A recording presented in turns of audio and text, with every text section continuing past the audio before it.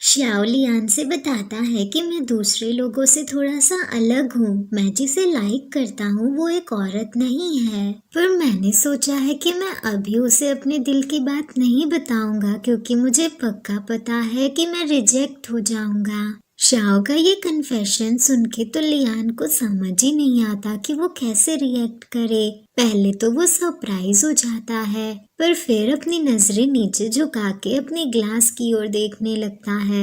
उसे बिल्कुल भी समझ नहीं आ रहा था कि ऐसी सिचुएशन में उसे कैसे रिएक्ट करना चाहिए। लियान को ऐसे शांत देख के श्याओ से पूछता है, सीनियर आप कुछ बोल क्यों नहीं रहे हैं? क्या मेरी ओरिएंटेशन हमारे रिलेशनशिप में कोई प्रॉब्लम क्रिएट करेगी? क्या ये हमारी रिलेशनशिप को अफेक्ट करेगी? लियान तुरंत जवाब देता है, नहीं ऐसे कैसे हो सकता है। मैं तो ये सोच रहा हूँ कि मैं तुम्हें एनकरेज कैसे करूँ।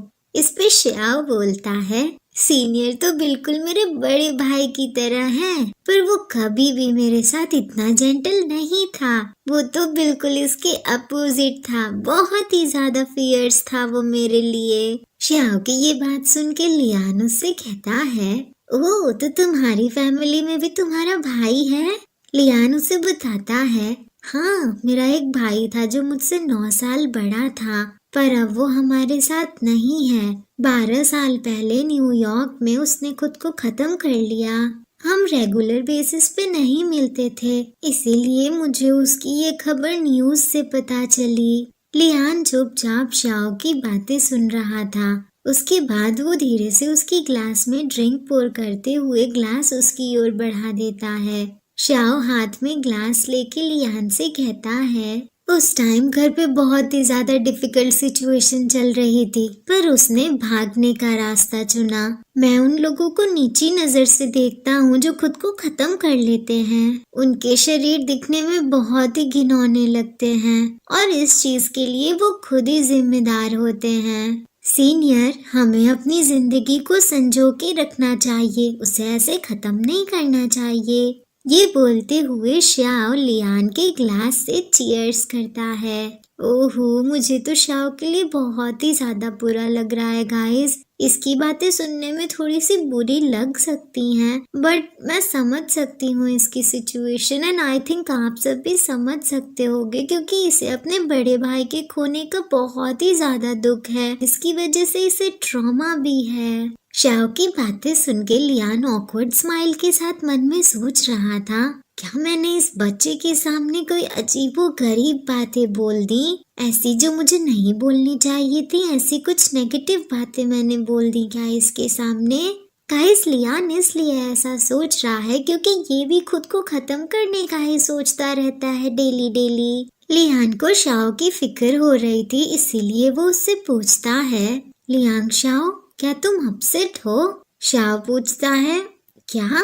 लियान आगे बोलता है, इन चीजों के बारे में बात करके क्या तुम अपसेट हो? श्याओ उसे बताता है, हाँ थोड़ा सा शायद। इस पे लियान पूछता है, तो फिर तुम अभी भी स्माइल क्यों कर रहे हो? लियान का सवाल सुन के श्याओ थोड़ी देर तक स्माइल करता है, पर फिर अगले ही पल उसकी स्माइल गायब हो जाती है और फिर हम देखते हैं कि लियान का हाथ धीरे धीरे श्याओ के चिन के पास आता है। वो श्याओ के गाल को थाम के बड़े प्यार से उससे कहता है, अगर तुम्हारा मन रोने का कर रहा है तो तुम रो सकते हो, या फिर अगर तुम अपनी फीलिंग्स को शेयर नहीं करना चाहते तो भी कोई बात नहीं। ये बोलते हुए लियान बड़े प्यार से श्याओ के गाल को टच कर रहा था।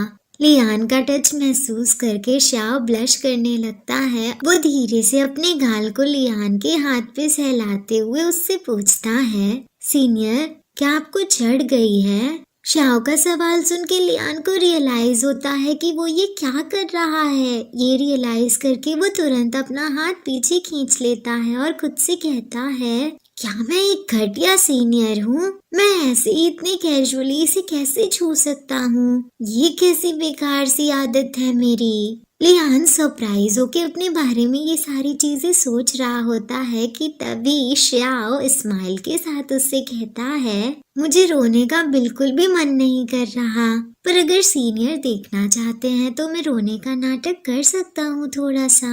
शाओ की बात सुन के लियान खुद से बोलता है, इसकी फैमिली के साथ ऐसी ट्रॉमेटिक चीज हो गई, पर फिर भी ये इस चीज के बारे में ऐसे आसानी से बात कैसे कर सकता है। ये तो मेरे सामने बस ड्रामा कर रहा है ऐसे स्ट्रॉन्ग बनने का। ये सब सोच के लियान गहरी सांस लेते हुए शाओ से कहता है, एक्चुअली हम दोनों पहले से ही काफी क्लोज हैं और तुम मुझसे इतने छोटे भी हो, तो तुम्हें मेरे सामने ऐसे स्ट्रॉन्ग बनने का प्रिटेंड करने की कोई जरूरत नहीं है। शाओ लियान को बताता है कि मैं प्रिटेंड नहीं कर रहा, मैं कोई नाटक नहीं कर रहा आपके सामने स्ट्रॉन्ग बनने का।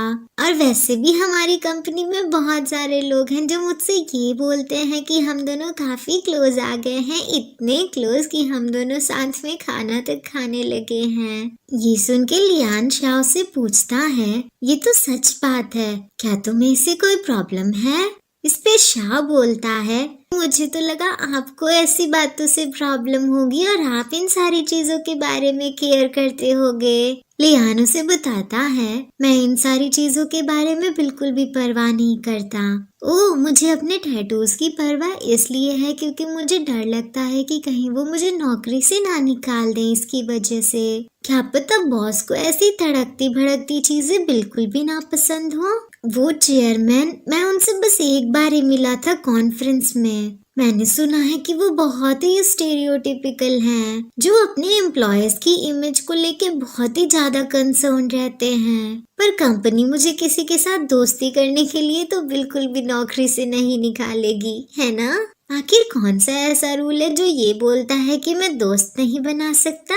लियान की बातें सुन के शाओ प्यारे से स्माइल करता है। उसे तो बहुत जोरों की हंसी आ रही थी, पर फिर भी वो अपनी हंसी को कंट्रोल करने की कोशिश कर रहा था। उसकी ये सारी हरकतें देख के लियान कंफ्यूज होके उससे पूछता है, क्या मैंने कुछ अजीब सा बोल दिया? इस पे शाओ हंसी की वजह से निकले हुए अपने आंसुओं को पोंछते हुए जवाब देता है, नहीं, सीनियर तो बिल्कुल सही बोल रहे हैं। शाओ की इन हरकतों को देख के लियान खुद से कहता है, आजकल के बच्चे ये इतने अजीब क्यों हैं? थोड़ी देर बाद हम देखते हैं कि लियान और शाओ दोनों ने ही अपना खाना खत्म कर दिया था।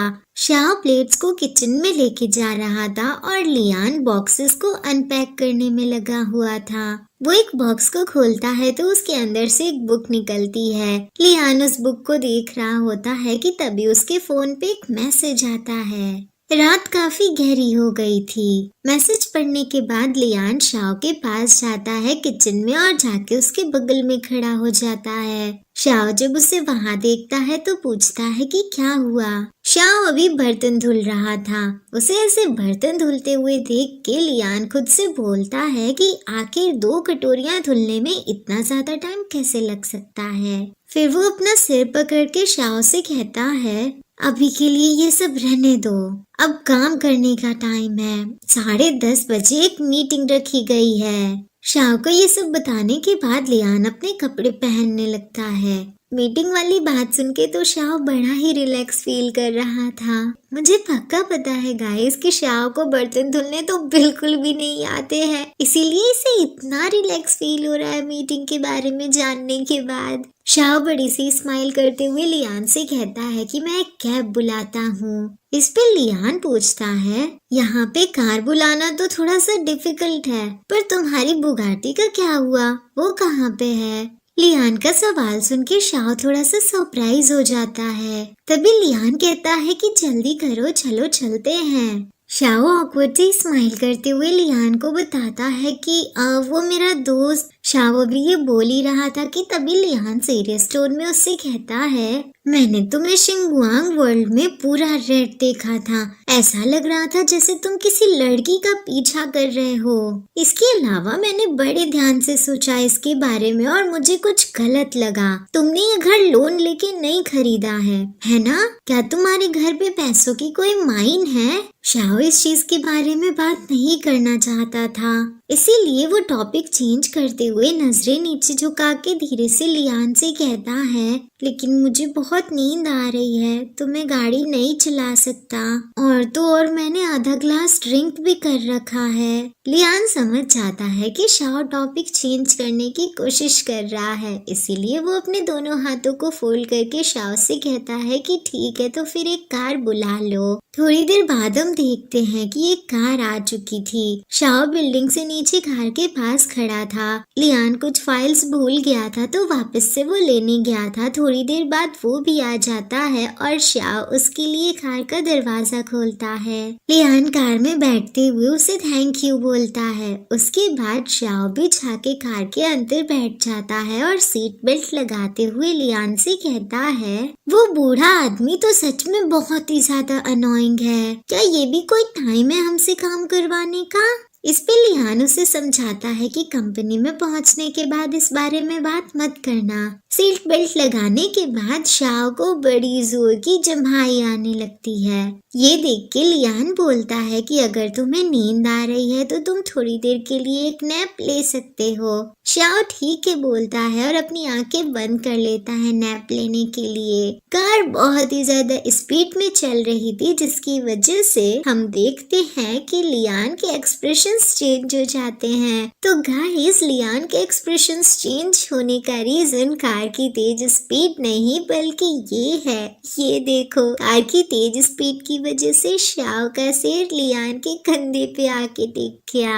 शाओ तो बड़े ही मजे से सो रहा था। लियान को उसके बालों से गुदगुदी हो रही थी। उसके बाल बहुत ही बड़े थे जो लियान के गले और उसके गाल को टच कर रहे थे।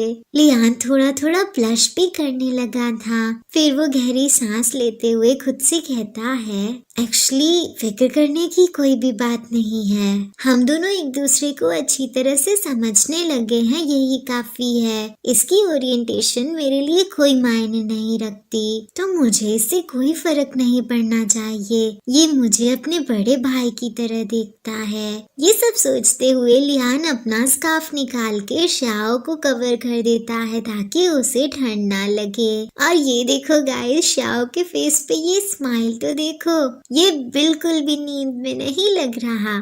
और तो और इसने अपने सीनियर के स्कार्फ को कितने अच्छे तरीके से पकड़ रखा है। पर एक बात तो लियान ने गलत बोल दी ना गाइस कि शाओ उसे एक बड़े भाई की तरह देखता है। ऐसा बिल्कुल भी नहीं है लियान, और तुम्हें ये बात बहुत ही जल्द पता चल जाएगी। थोड़ी देर बाद हम देखते हैं कि वो दोनों कंपनी पहुंच चुके थे और कॉन्फ्रेंस रूम में बैठे हुए थे, जहाँ पे मैनेजर की मीटिंग चल रही थी, जहाँ पे बताया जा रहा था कि मॉस्को का प्रोजेक्ट फाइनल हो गया है और कंपनी चाहती है कि इसके लिए 6 स्टाफ को भेजा जाए। लियान चुपचाप बैठ के सारी बातें सुन रहा था, पर वो काफी ज्यादा टायर्ड और एग्जॉस्टेड लग रहा था। वहीं दूसरी ओर शाओ तो बहुत ही ज्यादा अनॉयड फील कर रहा था। उसे मीटिंग में बैठने का मन ही नहीं हो रहा था। तभी मैनेजर लियान का नाम पुकारते हैं। लियान और शाओ दोनों फुल अटेंशन के साथ मैनेजर की ओर देखने लगते हैं। मैनेजर लियान से कहते हैं, ये प्रोजेक्ट कंपनी के लिए बहुत ही ज्यादा इम्पोर्टेंट है, इसीलिए तुम्हें लीडर चूज किया जाता है। लियान तुरंत अपने फेस का एक्सप्रेशन चेंज करता है और बड़ी सी स्माइल करते हुए ठीक है बोलता है। मैनेजर बताते हैं कि 3 स्टाफ मेंबर्स को सिलेक्ट कर लिया गया है और 3 को सिलेक्ट करना अभी बाकी है। मैनेजर ये बोल रहे थे तभी एक वर्कर लियान को लिखा के एक छोटी सी चिट देती है, जिसके ऊपर 3 मेंबर्स के नेम लिखे हुए थे। लियान जब उस नोट को देखता है थोड़ा सा सरप्राइज हो जाता है और कहता है कि क्या इत्तेफाक है। और हम देखते हैं कि शाओ का चेहरा तो इतना चमक रहा था कि पूछो ही मत, क्योंकि उस नोट पे 3 लोगों के नाम लिखे हुए थे जिन्हें प्रोजेक्ट के लिए फाइनल किया गया था, और उस नाम में लियान के साथ साथ शाओ भी था।